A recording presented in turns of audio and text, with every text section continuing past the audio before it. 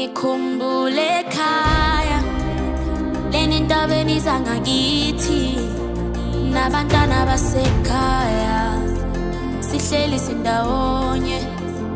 Ngisho ekhaya, lapho ngithola khona imfudumalo, impatho nothando.